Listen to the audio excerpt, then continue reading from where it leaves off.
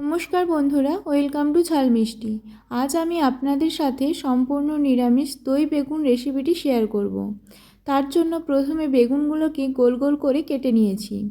আমরা সাধারণত বেগুন ভাজার জন্য যেই রকম বেগুন কাটি সেই রকম করেই কেটে নিতে হবে। তারপর এর মধ্যে দিয়ে দিয়েছিলাম 1 চামচ লবণ, 1 চামচ হলুদ গুঁড়ো আর 1 চামচ কাশ্মীরি লাল লঙ্কার গুঁড়ো দিয়ে সবগুলোকে ভালো করে বেগুনের সাথে মাখিয়ে নিতে হবে।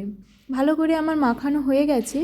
এবার একটা বাটির মধ্যে আমি নিয়ে নিয়েছি 1 চামচ পরিমাণ হলুদ গুঁড়ো, 1 চামচ পরিমাণ জিরে গুঁড়ো আর 1 চামচ পরিমাণ ধনে গুঁড়ো, আর দিচ্ছি 1/2 চামচ পরিমাণ শুকনো লঙ্কার গুঁড়ো, আর দিচ্ছি 1 চামচ পরিমাণ কাশ্মীরি লাল লঙ্কার গুঁড়ো দিয়ে জল দিয়ে একটা পেস্ট বানিয়ে নিতে হবে।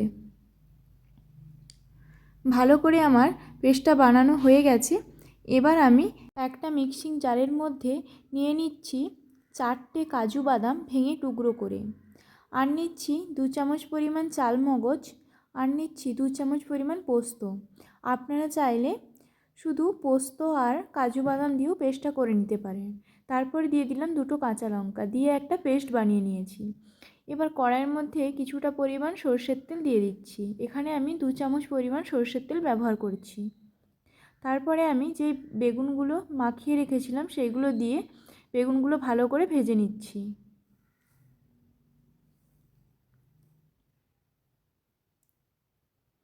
বেগুনগুলো আমার ভালো করে ভাজা হয়ে গেছে। এবার আমি বেগুনগুলো তুলে নিচ্ছি।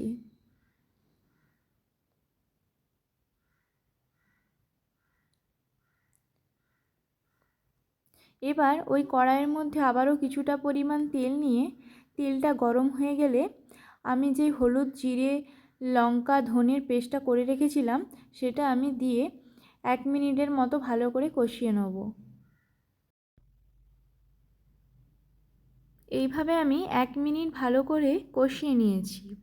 এইবার যেই পোস্ত, চালমগজ, কাজু বাদামের পেস্টটা করে রেখেছিলাম সেইটা আমি দিয়ে দেবো।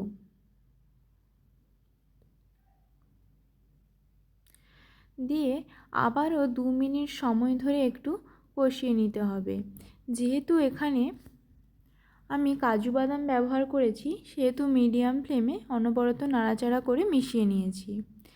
এবার এখানে আমি দিয়ে দিলাম 3 চামচ পরিমাণ টক দই আগে থেকে ভালো করে ফেটিয়ে রেখেছিলাম, সেইটা দিয়ে আবারও লো ফ্লেমে মশলাটার সাথে একটু মিশিয়ে নিয়েছি।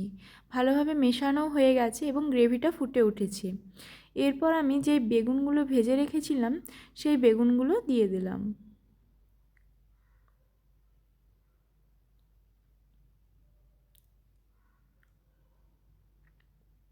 আমি এখানে একটু বেশি পরিমাণ গ্রেভি রেখেছি কারণ বেগুনটা দেওয়ার পর অনেকটা গ্রেভি টেনে নেবে।